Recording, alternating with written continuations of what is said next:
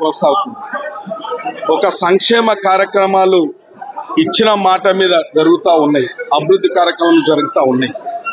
ఇవాళ రాహుల్ గాంధీ గారు ఈ రాష్ట్రంలో కాంగ్రెస్ పార్టీ అధికారంలో లేనప్పుడు ఇచ్చిన మాట 6 గ్యారంటీలు కూడా ఇవాళ కొనసాగుతూ ఉన్నాయి. దాదాపు 3-4 పథకాలు నిరంతరం కొనసాగుతూ ఉన్నాయి. ఈ రాష్ట్ర ప్రభుత్వం ఏర్పడిన తర్వాత ఎన్నో సమస్యలతోని కొట్టుమిట్టాడుతూ ఉంది. అప్పుల కుప్పై చేసిరు గత ప్రభుత్వం, గత పాలకులు. కాబట్టి ఈ రాష్ట్రంలో 10 నెలల నుంచి ఏ ఒక్కరి మీద పన్నుపోటు పొడ్చకుండా, ఏలాంటి భారం మోపకుండా అప్పుల కుప్ప వేసిన గత ప్రభుత్వం యొక్క అప్పులు కట్టుకుంటూ ఇవాళ ఈ రాష్ట్ర అభివృద్ధి గురించి, అభివృద్ధి కార్యక్రమాల కాంట్రాక్టర్ల కూడా బిల్లులు ఇచ్చుకుంటూ ఇవాళ విద్యార్థినులకు మెస్ ఛార్జీలు, కాస్మెటిక్ ఛార్జీలు ఇచ్చుకుంటూ ఇవాళ అన్ని వర్గాలను, అన్ని డిపార్ట్మెంట్లను, ఉద్యోగస్తులకు కూడా ప్రమోషన్లు ఇచ్చి వారికి కూడా ప్రతి నెల తప్పకుండా జీతాలు ఇచ్చుకుంటూ ఇవాళ ఈ యొక్క పరిపాలన కొనసాగుతూ ఉంది. ఒక 10 నెలలు గడిచింది. కాబట్టి ఈ యొక్క ప్రభుత్వం చేపడుతున్న సంక్షేమ అభివృద్ధి కార్యక్రమాల గురించి ఇలా గ్రామ స్థాయిలో తెలవాలి, ప్రజలకు తెలియజెప్పాలనే ఒక సదుద్దేశంతో ఈ యొక్క సాంస్కృతిక కార్యక్రమాలు చేపట్టడం జరుగుతూ ఉంది. ఇవాళ ఏదైతే చెప్పిందో కాంగ్రెస్ పార్టీ, ఆ రోజు ఏదైతే చెప్పిందో అదే ఆచరిస్తుంది. ఈ రాష్ట్ర ముఖ్యమంత్రి వర్యులు ఇవాళ 18 గంటలు పనిచేయడం జరుగుతూ ఉంది. ఆషామాషి కాదు, ఏదో తాగి పామోజుకు పరిమితం కాలే.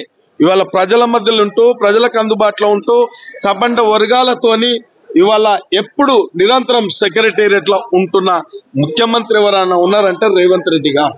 ఇవాళ చూడండి మీరు అందరూ కూడా ఎంత పారదర్శకమైన పరిపాలన కొనసాగుతూ ఉంది. ఇవాళ ఈ రాష్ట్రంలో 10 నెలల 56,000 ఉద్యోగాలు ఇచ్చారు. ఇలా ఎంత సంతోషపడతా ఉన్నారంటే, గ్రామాలలో మేము పోయేది, మేము అపోజిషన్లో ఉన్నప్పుడు, నేను కూడా అపోజిషన్లో ఉన్నప్పుడు ఏ గ్రామానికి పోయినా మా స్కూల్లో టీచర్ లేడు, మా స్కూల్లో ఇది లేదు, మా స్కూల్లో అది లేదని చెప్పేవాళ్ళు. ఇవాళ డిఎస్సిని కూడా అడ్డుకోవాలని చూసారు. అయినా డిఎస్సిని రిక్రూట్మెంట్ చేస్తే ప్రతి పాఠశాలలో నేను పోతున్నాం. ఇవాళ ప్రతి పాఠశాలలో కూడా సఫిషియెంట్ స్టాఫ్ ఉంది, చాలా బాగుందని చెప్పి టీచర్లు చెప్పడం, పిల్లలు కూడా చెప్పడం జరుగుతుంది. ఇవాళ 2008 డిఎస్సిలో కూడా కొందరు మిగిలిపోయి ఉంటే కూడా లీగల్ గా అధిగమించి మళ్ళా కూడా మన తాలూకాకే, అంటే ఈ నియోజకవర్గానికే 80 మంది టీచర్లు వచ్చారు పోయిన నెలలో. మళ్ళీ ఒక 20 మంది రాబోతా ఉన్నారు. కాబట్టి ఇవాళ చూడండి విద్య మీద కూడా ఎంత శ్రద్ధ వహిస్తుండో రాష్ట్ర ముఖ్యమంత్రి వాళ్ళు. హాస్టల్ను కూడా మెరుగుపరచాలని చెప్పి, ఉద్యోగస్తులకు ప్రమోషన్లు ఇవ్వాలని చెప్పి ఇలా ఈ రాష్ట్రాన్ని అందరు మెచ్చే విధంగా, అందరికి నచ్చే విధంగా ఒక ప్రజాపాలన కొనసాగుతుంది, ప్రజాస్వామ్యబద్ధంగా కొనసాగుతుంది. కాబట్టి ఇవాళ ప్రతిపక్షాలు ఇవాళ కావు కేకలు పెట్టి పొగబొబ్బలు పెడతా ఉన్నారు. కాబట్టి ఇవాళ వాళ్ళు భయభ్రాంతాలకు గురైతా ఉన్నారు.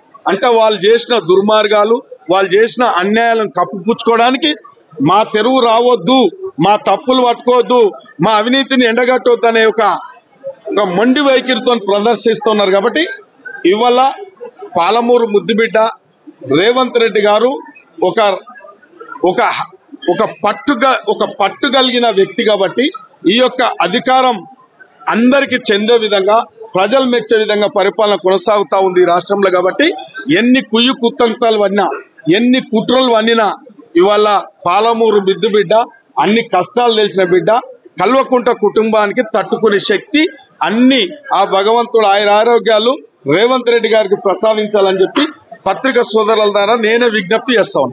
ఈనాడు షాద్ నగర్ లో పెద్దలు వీరపల్లి శంకర్ గారి ఆధ్వర్యంలో ఈ చక్కటి కార్యక్రమాన్ని మేము ప్రదర్శించే అవకాశాన్ని మాకు లభించింది.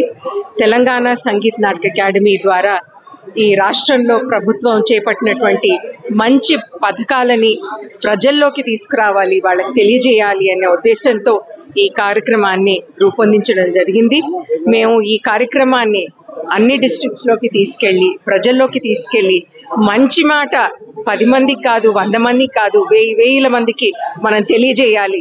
చెడు 10 సార్లు మనం మాట్లాడుకునే అవసరం లేదు, కానీ మంచి చేస్తున్నప్పుడు మనం చెప్పుకోవాల్సిన అవసరం ఎంతగానో ఉంది అని అదే ఉద్దేశంతో ఈ కార్యక్రమాన్ని మేము అన్ని డిస్ట్రిక్ట్స్ కి మేము తీసుకెళ్తున్నాము.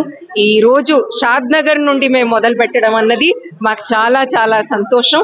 ఎందుకంటే ఈ ప్రదేశం నుండి మేము మొదలుపెట్టి మేము వెళ్తే మాకు విజయమే ఇంకా మాకు ఎదురు చూస్తుంది, మమ్మల్ని వరిస్తుంది అని మేము భావిస్తున్నాము. అందుకని ఈ కార్యక్రమాన్ని నిర్వహించి మమ్మల్ని అందరినీ ఆదరించినందుకు వారందరికీ, పెద్దలకు అందరికీ కూడా కృతజ్ఞతలు తెలియజేసుకుంటున్నాము. అసలైన తొలి వెలుగు. ఫాలో వాట్సాప్ @తొలి వెలుగు official.